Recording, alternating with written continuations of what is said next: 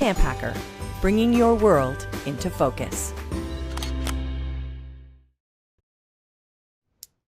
Hello, Camp Pros, and welcome to the Camphacker podcast. My name is Travis Allison. I am a co-founder of Go Camp Pro, a year-round camp conference online just for summer camp professionals. Hi, my name is Dan Wier. I'm the Director of Camping Services at Frost Valley YMCA. Frost Valley is a year-round camp conference education facility up in the Catskill Mountains, about 2.5 hours away from Manhattan, and I oversee the overnight camping. And my name is Gabriele, and I'm one of the camp directors at Camp Waro. Camp Waro is an all-girls camp situated in the Laurentian Mountains of Quebec, and we focus on positive girl community. And my name is Joe Richards. I'm the Executive Director at Pierce Williams Christian Center, which is a United Church of Canada summer camp and retreat facility. We are located about halfway between Detroit and Toronto. Well, welcome back, everybody. I had the pleasure of seeing Joe last week. Going to see Gab in the next 10 days, too. And Dan will just keep giving each other high fives on Skype. For the time yes. See each other one day, you know. We're excited to have you here for this show. We're going to do something a little differently. We've done this a couple times for staff trainings where we sort of bounce back and forth with ideas, but as people are starting to get more and more stressed about their year and the stuff that they are trying to accomplish, what we decided is we are going to give you as many tools to accomplish as many things as possible in one show. So we're calling this the Tool of the Week show. This whole thing is about tools of the week. And so we're going to begin with apps and software and things we use on our computer to make our camp director life better. And I'm going to start us off, first of all, with the one thing that I use most consistently hundreds of times a day. There's probably about 3 things I use that many times a day, but one that I've found consistently helpful, makes my life easier, means that I don't have to hire IT people, is Google Apps for Business. So we use all of our emails for Go Camp Pro, for Walking Maverick, for Camphacker, all run through Google Apps for Business. And Beth and I coordinate things on a calendar because we both work in different offices, and coordinate our family that way. And really just having the ease of access of all of my email since I started the Walking Maverick account almost 10 years ago available to me for search has saved my bacon so many times. So for calendaring, it's great. For keeping my contacts coordinated between my Gmail and my phone, I don't even think about it. It's so easy. And one particular trick I would share just to get us started is there's several options for setting up your email inside Google Apps. And I use the one that's called Priority Inbox. And I have everything set. If you're not into organizing your email, you're going to gloss over for 60 more seconds, and then I'm going to pass the baton. I use Priority Inbox. Everything that comes in automatically has a star applied to it. And then I can read an email. It'll be new emails at the very top. And then a section below it that is starred and not archived. Those are things I have to deal with. And then a section below that's kind of reference material that I might need sometime soon. Everything else is archived and out of the way. So most of the time, 2 or 3 times a day, I get to the point that I have no unread emails, and that I only have a list of usually less than 10, sometimes 0 emails that I actually have to deal with. And then I have all the reference stuff below that. So it's a lot less stressful seeing I don't have to see this huge number of emails that I haven't dealt with. They've all been put into my system of things I need to do or answered quickly. And then I move on from there. So Google Apps and the particular way I've tuned the setup for that really does make my life way more easier than it used to be. And so I'm grateful for that. We happen to have a free account from the good old days where you could get a certain number of free accounts. And we got grandfathered into that. But for nonprofits, you could still get it for free. And for profits, it usually costs $50 US per seat, meaning per email address, per person, per year. And not having to hire someone to manage IT and emails for all of that stuff, so worth it to my mind if you can get it set up properly. So number 1 pick for me is Google Apps for Business. Gab, what's your number 1 pick for on your computer? On my computer would have to be Trello. We've spoken about it on the show a couple of times, and anybody that's a listener of this show knows that my organizational skills is still working on that. And so Trello really helps you organize different projects that you're working on. We primarily use it for our staff. So when we're hiring staff members, and it can also be visual. So for me, it's really important, instead of just having the name, person X has applied, we actually have a picture of them. We have all of their information, the contact information, and then you can also add, comments and so on and so forth. And you can create steps. So has this person gone through this step? Have they gone through, how did they answer this or that? So we use it primarily for our staff hiring, and it can be a desktop app as well. And you can use it on your phone. So I really enjoy using Trello for organizing. And if you have a lot of people involved, you can make sure that, they're following the proper steps. And it has really helped with our office to stay organized, especially if you have multiple offices. So yeah, Trello's right up there for me. Amazing. Right on. I know many people that love Trello. It's great to hear that you've found a good system that you can duplicate for some big stressful part of the business of Wero. Dan, what's next for you? What's your number one computer app that makes you easier to do your job? Yeah. So you talked about Google Apps for Business. One of the things that is in the Gmail app that makes my life utterly amazing is it's called Canned Responses. Yes. And so you can create a response for any question or any email that you get that doesn't seem automatic. And so I get a lot of repetition. We serve a high volume of people, and so I get a high volume of the same question. And so any question I have to answer the same in a week, I make a canned response for. And then it's loaded in your Gmail, and it's amazing because then I can also just edit it after I load it. And so I have it's made my life so much easier, and it's the only way I can manage my email box and get through them in the day. So awesome. Right on. And Joe? I would think that one of the ones that I use every day would be Evernote. So Evernote is both a desktop app and an app for my phone, an app for anywhere. And I use it, I have it set up for just basic note-taking and for getting things done if I follow that at any given time. And it just as a reference for, when I drive for camp, I have a note to put my kilometers in. And when somebody says we need this from town, I have a town list of things that I need to buy when I'm in town. So Evernote is, I do pay a subscription fee for it, but there's a free level as well that will work for most people. Amazing. And I watched Joe's brother Dan taking handwritten notes on Evernote on a tablet this weekend at the conference that Joe was hosting that I was speaking at. And Evernote's come a long way since I first started using it years ago. So it's neat to see that you can also just write your notes into it and it translates them into text for you. Perfect. So we're going to go pretty rapid fire. My Google Apps explanation might have been too long, so we'll just keep things going quick. Other thing that I use every day, so many times I forget how many times a day I use it. It's called TextExpander, and it is a piece of software that takes a bit of practice to get used to, but once you start to do it, it is amazing. The fun thing about TextExpander is it will save your statistics of how much time it saves you. And in the past 16 months, it has saved me 40 hours of work. And so it has saved me a whole week in the last year of work.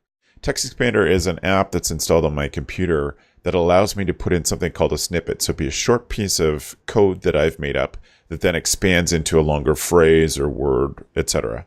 So I consider things that I type more than 3 or 4 times a day, same way as Dan's thinking about canned responses. Things that I type more than 3 or 4 times a day, I make a snippet out of it. And so, for example, if you've tried to contact me, you may know that I use multiple email addresses for different projects, etc. They all go to the same box, but I need to sometimes sign them with different things. So I have a little code that I type in that will expand each one of those emails. It saves me about half of the characters. So not a lot on, one-on-one uses, I don't save a lot. But on the bigger cases, it continues on. So when I'm taking notes for a coaching call, I use two specific snippets. I use a snippet that is CH, I have to look at my fingers, CHCOD, it's Camphacker, what the CH stands for. COD is a coaching description, coaching call description, is how I remember that, COD. And that expands to coaching call, and then the date on the end of it, and it puts the cursor in the middle that allows me to type in Frost Valley Y, for who's my coach. Then I start the note, and then I put in CHCON, coaching, Camphacker coaching notes, and that expands into this great big list that includes an agenda, notes from the call, lessons, accountables from our last call, things for me to do, things for the next person to do, and the date for our next call. All those things just pop up, and then I just have to fill in my little spaces. So that was something that I was doing multiple times a day, so I just created a snippet and saved myself the time. If I want to type in my Camphacker email address, I will put in CH for Camphacker and then EM at the end for email. CHEM turns into travis@camphacker.tv. And there's lots of videos you can do. I'm working on one myself for GoCamp Pro members to show you how TextExpander can save you this much time. But now that I've developed the habit, can't believe how much time it saves me and how many times a day I use it. I really do use it hundreds of times a day. Even just typing my own name, I type in TTR and it expands into Travis Allison, which I type my own name probably a few dozen times a day too. So my big one's TextExpander, and it would change the world for me if I didn't have it. I'm not going to go in exactly the same order, so I'm going back to you, Joe. Always helps when I unmute my microphone. It does for this audio show we run. So this is for... It is an audio show, but you surprised me by coming directly to me. Sorry. The second one, I guess on my list, this isn't one I use every day, but it's one that surprises people when we need to resize photographs at camp and you want to resize a whole bunch at once to get them down to something you can post online. There's an app called Photo Resize, and when you type that in, you're going to get thousands of hits. I've put the link in the show notes, and it is brilliant because all you do to resize is you change the name of the app on your desktop. So right now, mine is set to Photo Resize 3500, which means the shortest side of that photo is going to be 3500 pixels. So if CampBrain is a great example for this because to put people's photos into CampBrain, camper photos, they only print out on my reports if they're under a certain size, if they're like 320 pixels or less per side. And so I'll just set Photo Resize to 310, and then I can resize the entire folder at once. It takes maybe 30 seconds. And then I have all of those photos able to go into CampBrain and be printed on reports. Photo Resize. And everyone I share it with, it's just an app that lives on your desktop, and you drag a photo into it to resize. It can't be simpler than this. Beauty. Gab. Are we still sticking with desktops or? Yeah, for a bit, if you've got some more. Yeah, I'm going to state the extreme obvious, but for me, and for anybody that's on GoCamp Pro, but I love Slack, I'm a big fan of Slack. And if you have multiple offices, if you're working on with different teams, it's an amazing way to organize conversation. And I think it's, for me at this moment, the best tool for making sure that things aren't, there's no misunderstandings. And if you're supervising staff members, I find it very difficult to supervise staff members when they're emailing each other and you're not part of that conversation. Right. So just hearing or seeing what they're talking about, you can chime in. And it also makes it light in the sense of not too serious. You can add GIFs, funny pictures, documents, but it has almost every team that I end up working with, we start a Slack group so that we can, remain on the same page. But I love it. Love it, love it, love it. Right. And it operates in a lot along the same lines as Gmail, in that you can go back and search through old stuff. Exactly. And Gab, do you folks pay for Slack in your office, or are you still using the free one? We're still using the free one. And I have, at this point, I think up to 8 groups, Slack groups. Right. So some for my staff, for a core team, and then any committee that I'm on, it's my stipulation. like, guess what, guys? I'm going to teach you this. It's called Slack. Right. So, yeah, I find it to be fantastic. An awesome tool for replacing, as Gab says, replacing team conversations in email, and just a fun way to keep easy communication going. On and on. Right on, Dan. I got a few. This one's called Space Monger, and it's a visualizer for the space you have on your computer. And so sometimes the search doesn't always pull up. Like when you're searching your computer, it doesn't always pull up everything because you might mistitle things or how in depth the search are. But Space Monger allows for me to kind of visually see how my folders are set up and the files that are in that. And then it allows for me to condense things and keep my computer clean. So I really, and it's a free app. It's funny. It hasn't been updated in years, but it's basic and it works and it's nice. So Space Monger is that app. Perfect. Okay, so another quick one from me. It's called Newsfeed Eradicator, and I'll put the link in the show notes. It's a Chrome extension for Facebook. I use Facebook a lot for managing clients' Facebook pages, for looking at summer camp professionals group, etc. And I hate that they work so hard to get me sucked into Facebook. And the way I control that is to use this app so that there's no newsfeed for me when I sign in on my computer. It's different on my phone. I try not to go there unless I have time to just flick through things. But it cuts out everything in that newsfeed in that center column and just puts up a lovely inspirational quote. So I can go straight to Summer Camp Professionals if I need to, or the Camphacker page, or whatever I need. But I'm not stuck in that that mindset that is that. So every time I open up Facebook on Chrome, Newsfeed Eradicator inspires me instead of sucks me into the hellhole of the newsfeed and get me stuck there for half an hour. So Newsfeed Eradicator is mine. Gabriele. Mine's a little bit more expensive, but I like FinalCut Pro for video editing.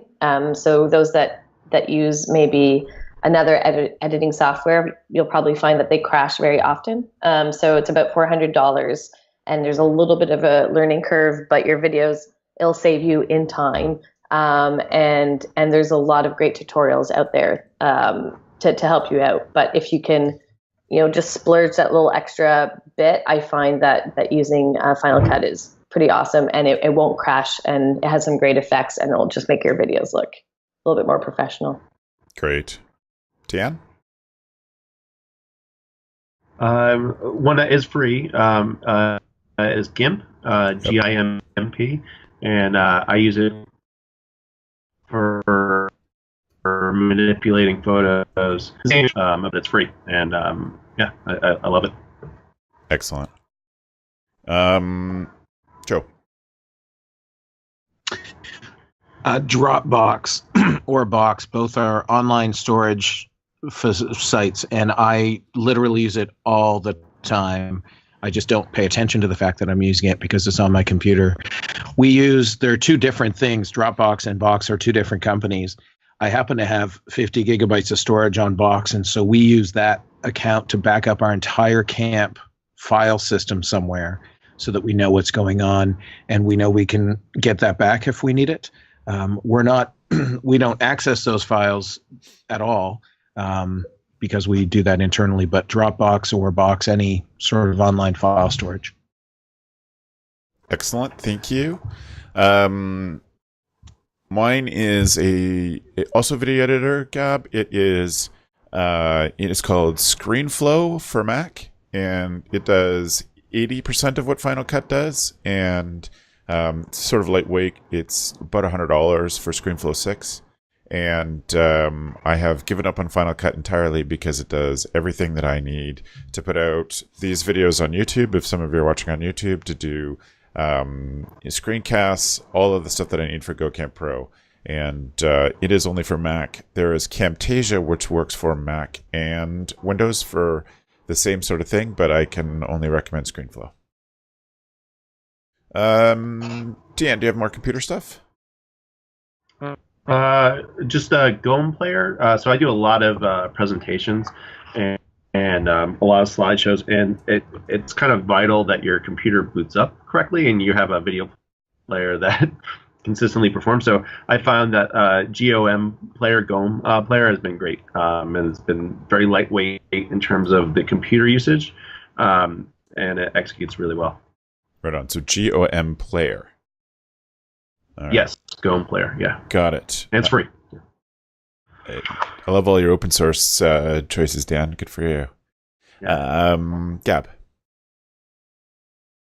I think I'm ready to move on to apps for phones, but so I'll pass so I can add the phone ones. Yeah. All right. Joe, do you have more computer ones? Yeah, I have two.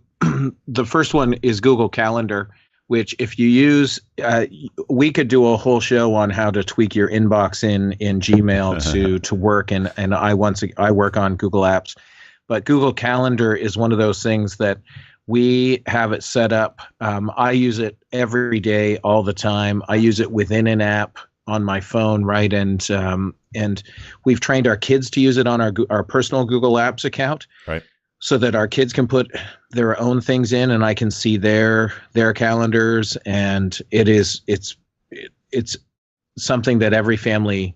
I'm not sure how the fridge calendar would work in today's world. Yeah. And then the second app I have is similar. It sounds similar to what Dan was saying earlier with the Windows directory app. I believe this is a Windows one, and it's called WinDirStat. So WINDIRSTAT. And what it does, you ever had a computer where you're running out of space and you're like, how am I possibly running out of space?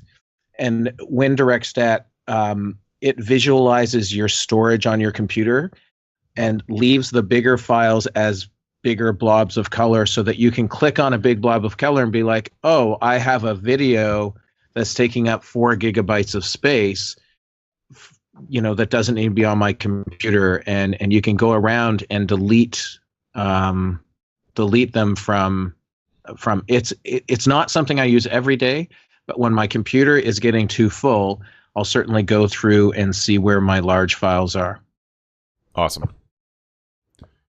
Good stuff. I'm just taking a quick look through my apps to see if there's other ones that I have. Dan, do you have more computery ones? A lot of them are web-based. The only, I would say lynda.com, Yep. LYNDA.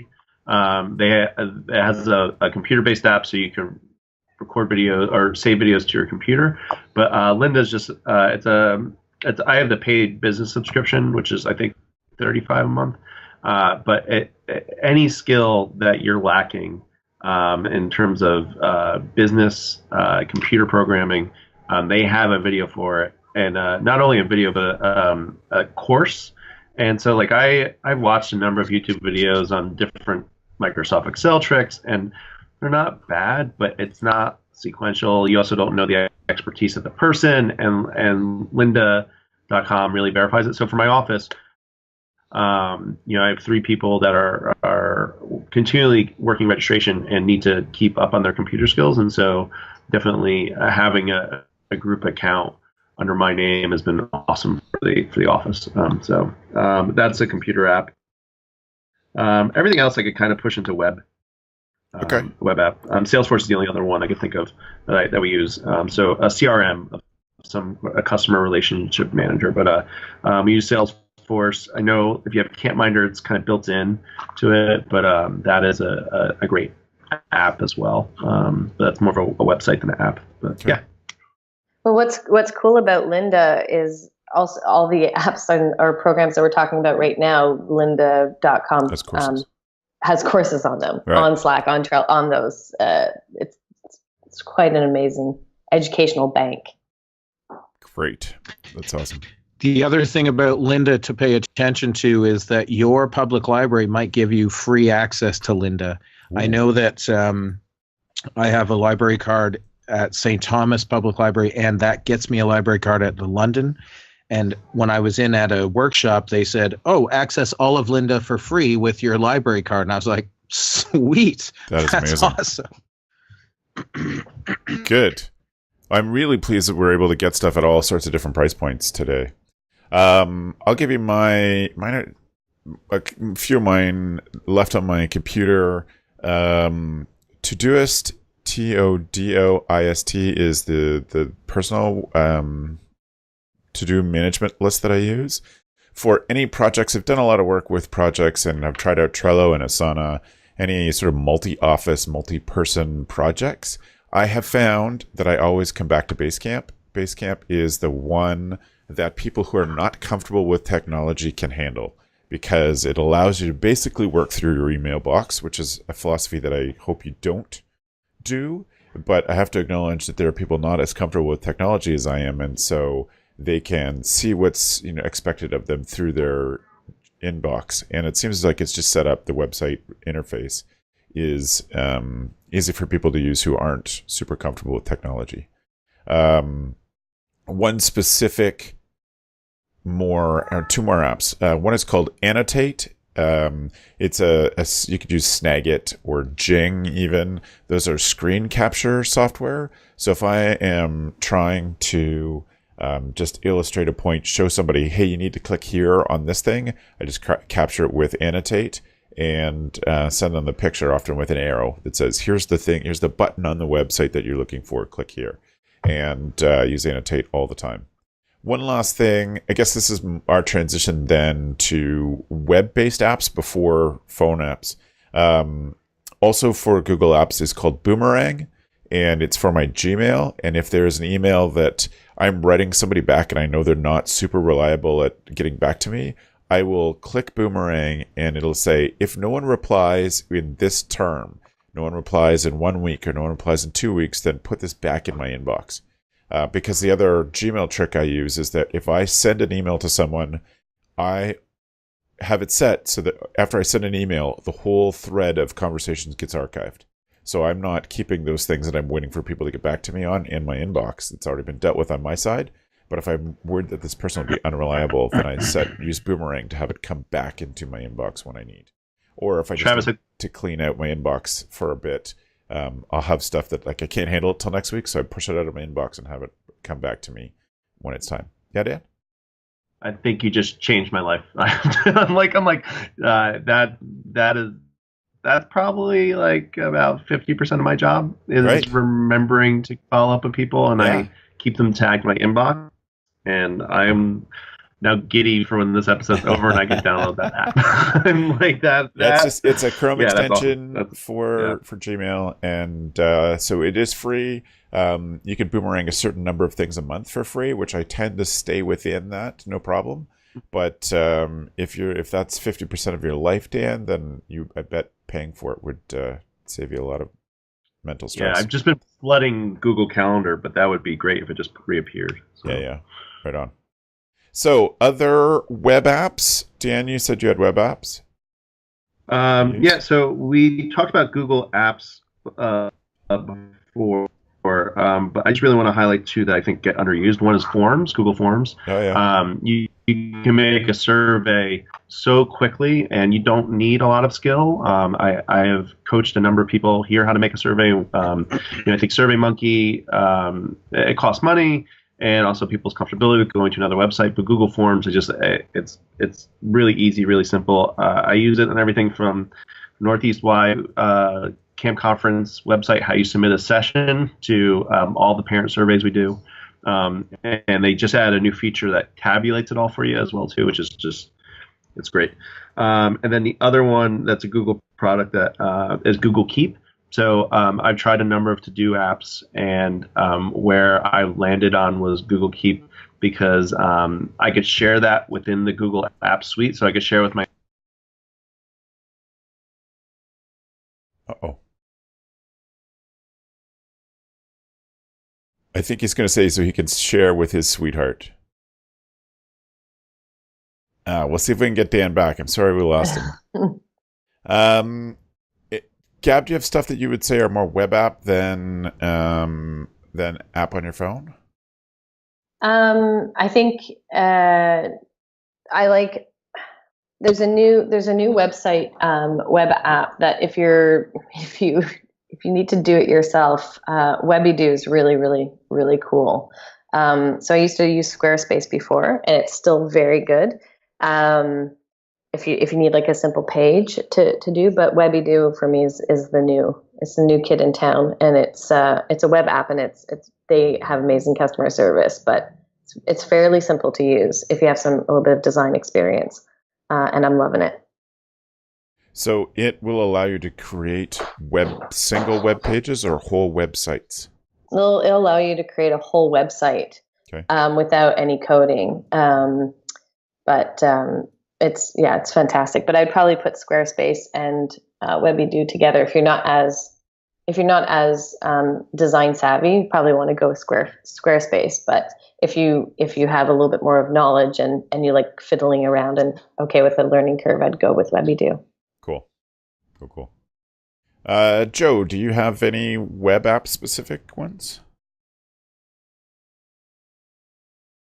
Joe, your mic. Oh no. Well, I'll fill in the space. Yes. There we go. Yes, I do have some. One being the unmute feature on Chrome. Yeah. That would be brilliant. Canva is one that I know you introduced me to a while ago, Travis. And what's happened here with Canva is we use Squarespace as our web-based our website stuff, but Canva allows our office staff who are not graphically design oriented to create things that look good. I'm not saying they look amazing, but if you have a feel for it, Canva can make anything look amazing. Yep. If you don't have a feel for it, you can make a basic announcement look pretty good. So, we have that. I have some that are crossover between web-based and what is on your phone, but I think a lot of those relate to the phone, the ease of use on the phone more than the web-based sitting at my computer. Okay. So Canva is the big one. Squarespace, as was mentioned, is also great. And if you're into it and have the ability, WordPress is a web-based app that can let you create websites. You just need to be more oriented towards programming then. Right. Good.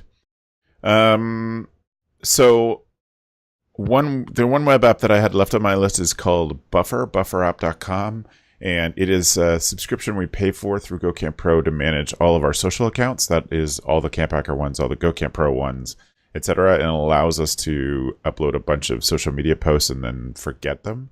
You basically create a buffer of things and say we want to post. We set up individual schedules. So Camphacker on Twitter, we want to post to 3 times a day. The Summer Camp Professionals group, we want to post to once a week. The Camphacker or the GoCamp Pro Facebook page, we want to post to once a day, and set those individual schedules and then fill up the buffer. I also have found an app called, I think it's Hiplay, Hiplay, that also feeds buffer, that allows you to create basically a stream of your own posts, the ones that would be evergreen, meaning they're not dated, like send your forms in by Friday. So for past Camphacker shows, for past Camphacker blog posts, for past GoCamp Pro blog posts, pulling in the blog posts of all the GoCamp Pro founders, those things will just circulate forever. When there's space available in the buffer, it'll put them in there, and Hiplay does that for you. So it's cut back on a ton of time that I used to waste managing, putting stuff out to go to our social things. And every time we put stuff out on, for example, Summer Camp Professionals, the automated one once a week, we get a surge of people looking at our material again. And so it's paid off for sure. Any more web apps? Let's see if we do that before we move on to apps.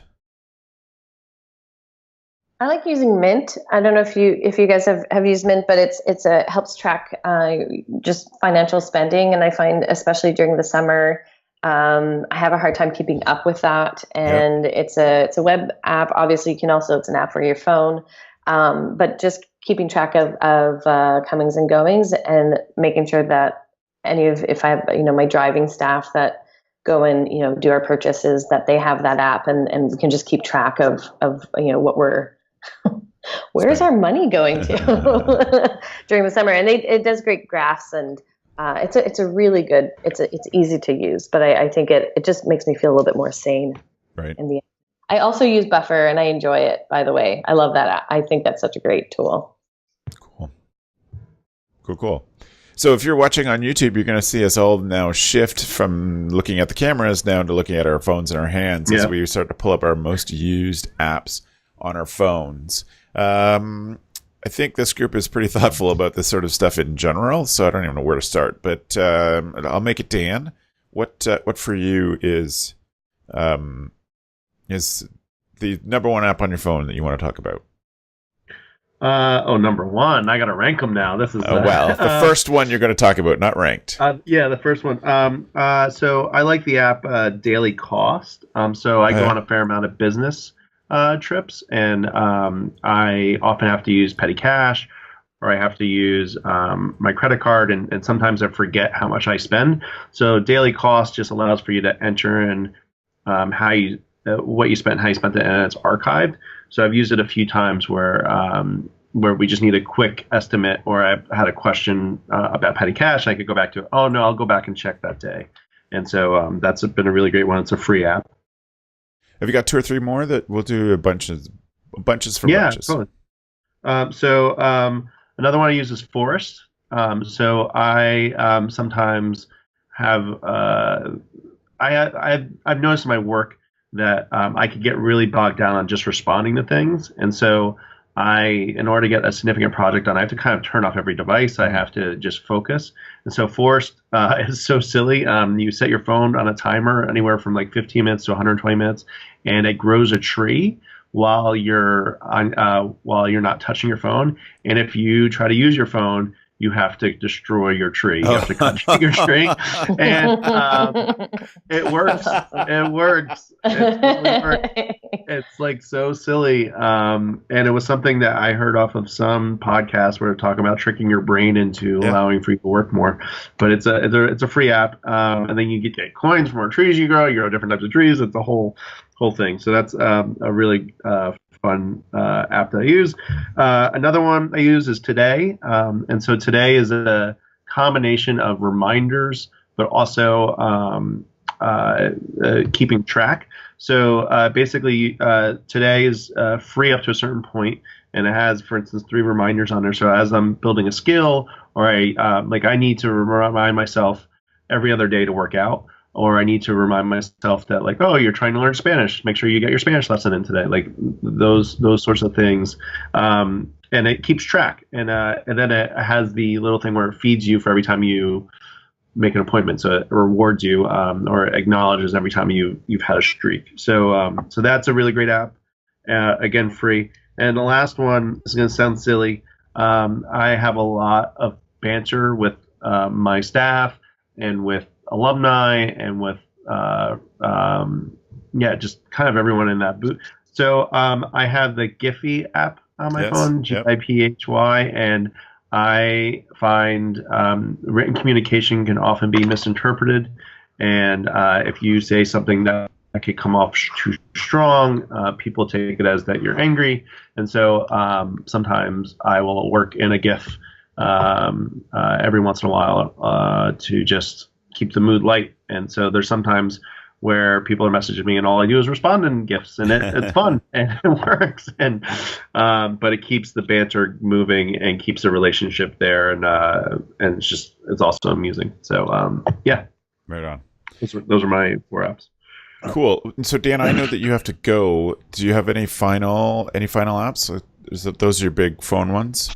Yeah, that's really the biggest ones. Podcasting, I love Downcast. Is a really great one. Yeah. Other than that, we've pretty much have been covering most of the things that I use on a day-to-day for work. I outside that's like fantasy football and like a few news apps, but yeah, that's really it. So amazing. All right. Well, Dan, thanks for being on the show. If people want to follow up with you, where should they? How can they get in touch? Yeah, you can find me at so I work at Frost Valley YMCA, which is frostvalley.org. You can email me through there, which is just campdirector@frostvalley.org. I also have all my presentations and have a site called danlovescamp.com as well too. But those are the easiest ways to find me. Cool. Thanks for sharing all these things that make you a great camp director, Dan. Thank you. All right. Joe, do you have a list? Do 2 or 3, and then we'll come back around to you if you've got more than that. Yeah, I have a list. It's up to 15 on my on my apps list. The first one is web-based as well, and it works both. I use it all the time. That's why I forgot about it on web-based is LastPass, which is a password manager. And the fact that I don't need to add passwords into boxes on my phone, I can just have LastPass put them in is great. The second app I use a lot is Pocket. So Pocket is like an Instapaper. It just saves articles so I can read them at some other point when I have time. I use Pocket all the time to save things I want to do, and you can save videos and you can save everything else. Let's see, Flipboard. I stopped downloading news apps, like newspaper apps, and I just went to Flipboard because it works for me. I can put my feeds in there, so I get my Twitter and some Facebook in there, but I just search for topics and put them in, and then it works really well for that. And Flipboard is not the news, but it's a way. Like recently, I've added news sites I wouldn't normally go to, like Fox News out of the States, just to see what craziness is on in the world. And so it's a great way to just get a mix of things so you're not overloaded by one thing at a time. And then looking down the list, there's an app that's specifically for Android phones called PIEControl, which allows you to, all of the apps that you use most, allows you to touch your finger to the side of the phone, and it gives you access to just swipe up to them. PIEControl is the name of the app. It's how do you spell it? I use it all the time. PIE Control. That's interesting. I'll look for it's that. Sure. Just a little thing. So, yeah, when I put my thumb on the edge of my screen, I get 6, 12 different. Yeah. That's how I pick the apps I use the most, because the ones I use the most I put in PIEControl, so I don't have to go into my apps list. I just touch it and go like, okay, so I have some time, I'll go to Flipboard right now, or I have some time, I'll go to Feedly or to Storm, any of those. So yeah. Good. Okay, so I'll come back to you if you've got more. How about for you, Gab? What's your list? So I don't have 15, so I'm writing down all of Joe's apps. But So I have a theme. It's mostly about design, but it's to help you do design in an easy and fun way. So my 3 for design on my phone is A Beautiful Mess, Afterlight, and then this GIFMaker, which it is called just GIFMaker basically. And so A Beautiful Mess. They all have a little bit of different uses, but A Beautiful Mess you have really nice little doodles that you can put over top of images. You can put messages, all that kind of stuff. So that looks great on Instagram. Afterlight can really spruce up your pictures. It looks like you had some sort of twin lens camera with vintage whatever all over. It's beautiful. And then the GIFMaker allows you to use pictures from your phone and to create up to 5 pictures, a GIF, or from videos, or from pictures from Facebook. So that's also really fun for Instagram and reaching out to your campers. And even if you have a special meal at camp, and you take 5 pictures of the chef making that meal, from beginning to end in 5 pictures. That's the kind of stuff that you don't need your computer program to do, and I find really, really, really helpful. So those are my 3 design apps that I have on my phone that I use all the time. Amazing. So Joe skipped right by something that I don't want to let go. In fact, 2 things I want to pick up on what Joe said. Number 1 was Feedly. Feedly is a way to sort news from websites. So it's how I follow on camp news. It's how I follow up on news about all sorts of things, photography, stuff that interests me, and allows me to have it all in one place. So open up the phone app or the iPad app, or I need to take a break at the office, and I just open up feedly.com, and it allows me to find the specific sites that I want to watch for news, etc. And my next... the other thing I was going to pick up from Joe was LastPass. I don't know how to say this with as much kindness as it deserves, but if you don't use a password manager like LastPass, or in my case I use 1Password, if you don't use one of those and create complicated passwords for things, you have already been compromised. Somebody has already got access to your computer, somebody has already got access to your banking information, etc. It is irresponsible of you as an adult in 2016 to not use a password database and very complicated passwords. And nothing frustrates me more than going to a website that won't allow you to use complicated passwords. It drives me crazy. And enough people around me have been compromised and had money stolen from them, or had their identity stolen, or that. It is irresponsible as an adult, let alone a camp director managing other people's kids, to not use complicated passwords. Once you can never remember, so you use LastPass or 1Password to store those things, and then they also copy and paste from within your phone, to assign into a website or an app. And if anybody, I will offer this for free. Go email me, travis@camphacker.tv. I will spend 5 minutes with you and help you set it up to do it, because I believe so strongly in this. See, and I'll admit I'm one of those irresponsible individuals, and I was about to say, it sounds okay. This is me being very naive, but if you're posting your LastPass password somewhere in your phone, can't somebody just figure that out? I guess that's what the email is for. But see, in my head, I'm like, well, they'll just find it. Sure. And totally fair question. So why it's called LastPass or 1Password is you create one password that's complicated to remember. And so it's the only one of those passwords you have to remember. So most people who have an iOS device with the fingerprint thumb scanning, or a new Google device with the fingerprint scanning, that biometric scan will open that database. The database itself is encrypted, meaning that no one can access it without your 1Password. So if your 1Password, your last password you put in is giraffe, that's not complicated enough. But I remember one of the first complicated passwords I ever used was never eat shredded wheat. And it's that many, each extra character you add on requires a ton more time to crack that. So never eat shredded wheat is not a very complicated password anymore.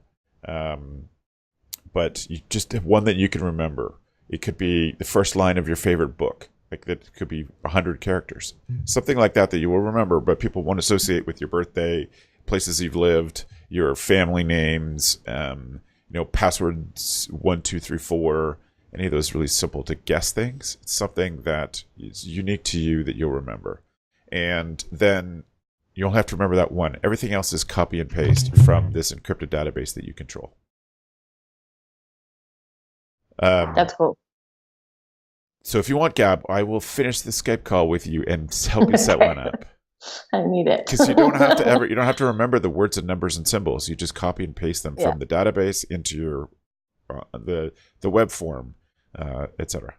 Yeah, no, and I'm like I wouldn't say I'm the worst, but I'm very close. I have probably second place for the worst. I can't remember them. I create them. I have to reset them. The amount of different passwords I have. It drives me mental. Yeah. Well, of course, and that's the problem of being an adult in this world. You have to have. Each password should be unique, and they should all be complicated. So complicated that you'll never remember them. And so that's the only way to be successful. People just get tired and type in giraffe123 and roll the dice. And if you've seen all the lists of passwords that have been compromised from major websites, etc., then you know that it's just irresponsible at this point, I think, to do that. Yeah. So tough love. I like it. Rant over.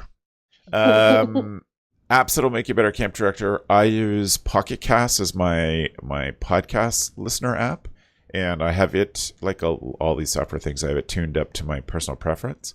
One thing I do is I create a playlist called News, where I listen to CBC News, BBC News, and NPR News, and I used to listen to Al Jazeera before they stopped the feed, but so that in the first thing in the morning, I listen to that playlist while I'm making breakfast for Beth, or she's getting ready for work, or I'm making coffee.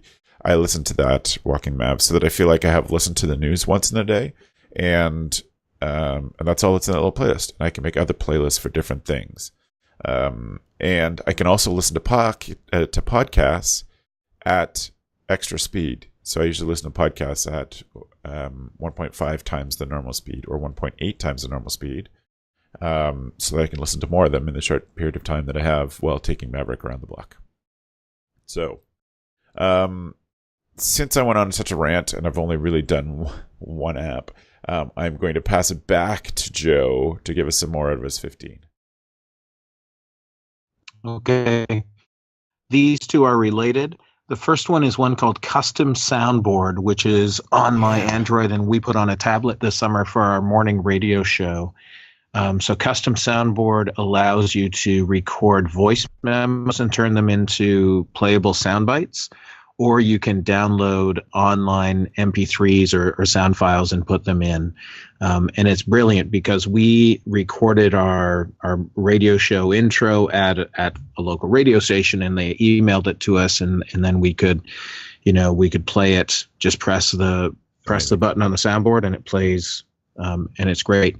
The second one to attach to that is an app called Zedge, Zedge, and it is for essentially finding ringtones and notification sounds, which is also great because some of those we use on our custom soundboard, right? Baby laughing, or crowd applause, or Chewbacca screaming.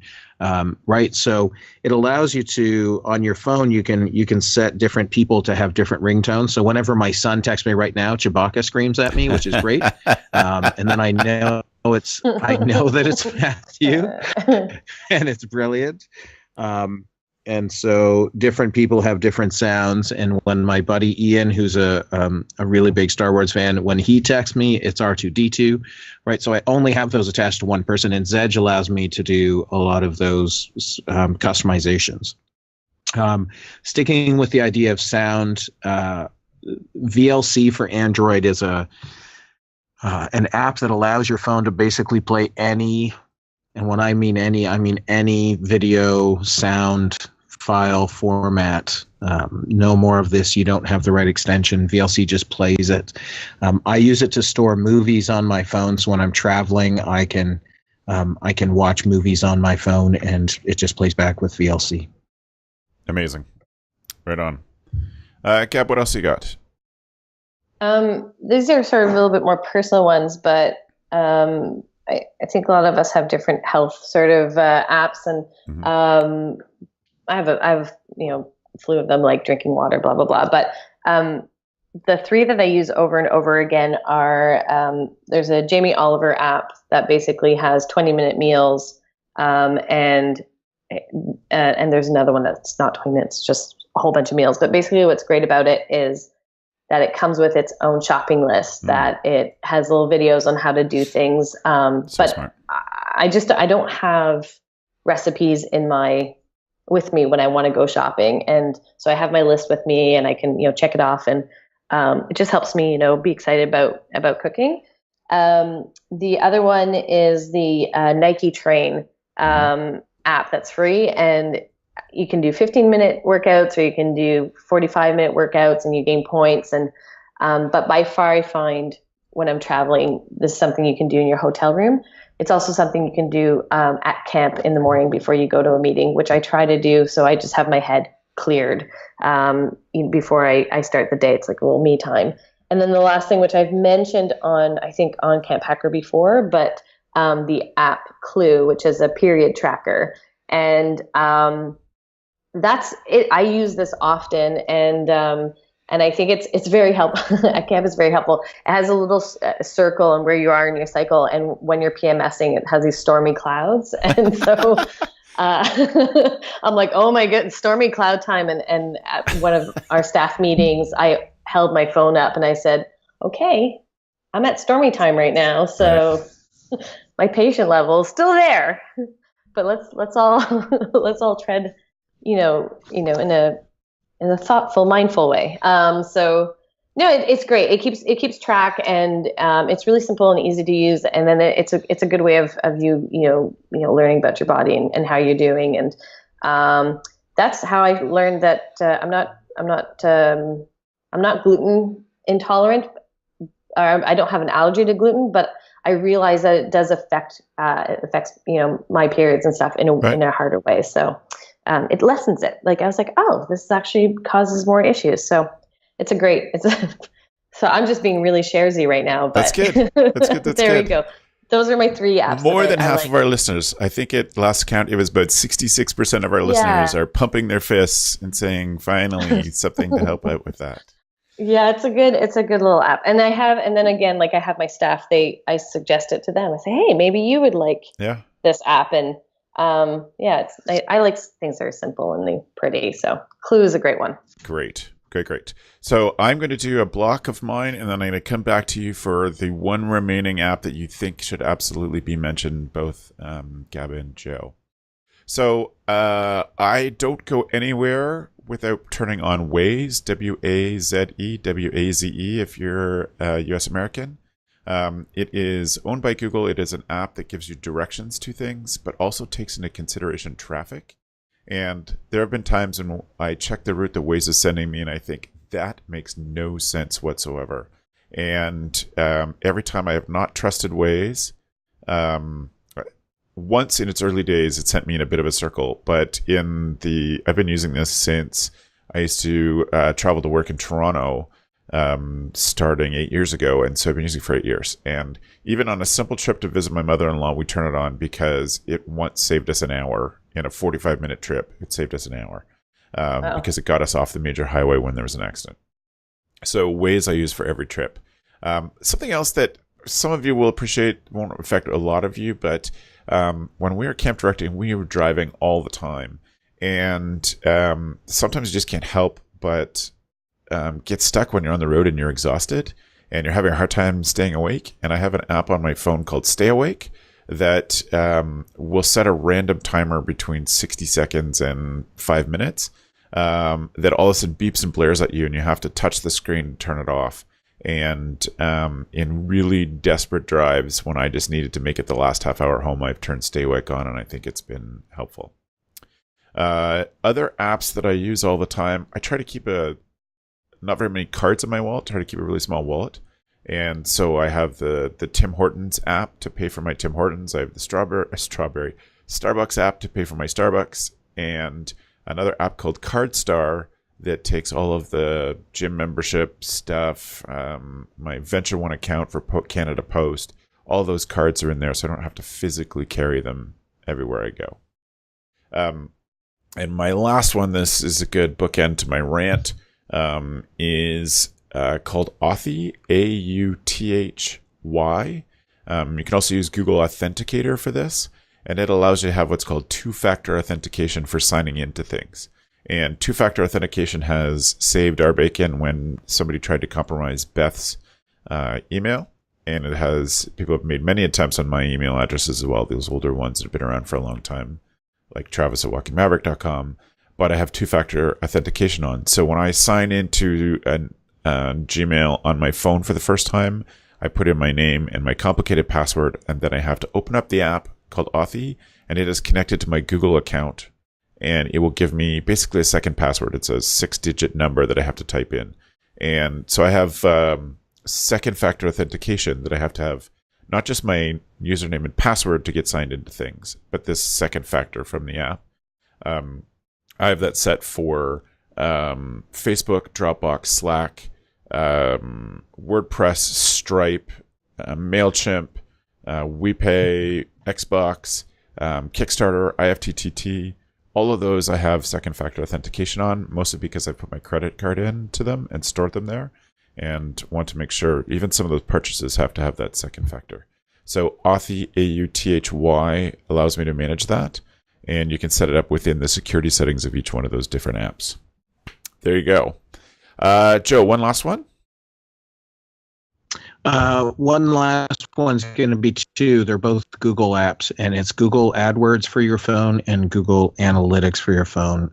If you manage AdWords, or if you have a free AdWords because you're a nonprofit, and you have analytics set up on your website, it's so much easier than going to the website because you can see things. I can see that over the last week I've had a 2.83 click-through rating on all of my Google AdWords, which is great considering that one is considered positive, and so it's just a great way to see things and see what they're asking you to do to help you have better analytics and better AdWords. So those are the two apps that are my final. All right. Gab, what else you got? One last one? Yeah. If you're a music lover, you use it, and if you're not so much, you might not use it as much. But it's simple. It's Shazam, and the reason why I bring it up is I just think everybody uses Shazam. And I went on a trip with a friend, and basically she was asking, "Oh, how come you know such great music? I don't know music." And I was like, "Oh, just Shazam." Anytime I bop my head up and down, it finds out what song it is. And the reason why I think it helps me be a good camp director is that with my staff, I connect with them through music a lot of the times. I create playlists during the summer, and a lot of the time staff they're like, "Your music is great. Where do you find your music?" And it's literally when I'm watching TV and I'm like, "Oh, this is a great song." Or if I'm in a coffee shop, "This is a great song." And I end up creating playlists that way.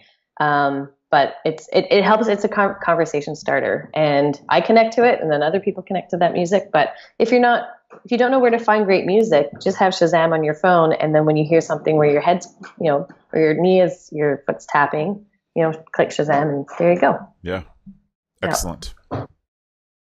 Good. Well, listeners and watchers, I'm sure you've been overwhelmed by this. I didn't keep an app count number, but it looks like we're north of 50 probably. If you have any questions, please do get in touch with us, or you have any feedback about this totally different format than usual. You can send that. I'm at Camphacker on Twitter, or Travis at camphacker.tv to do that.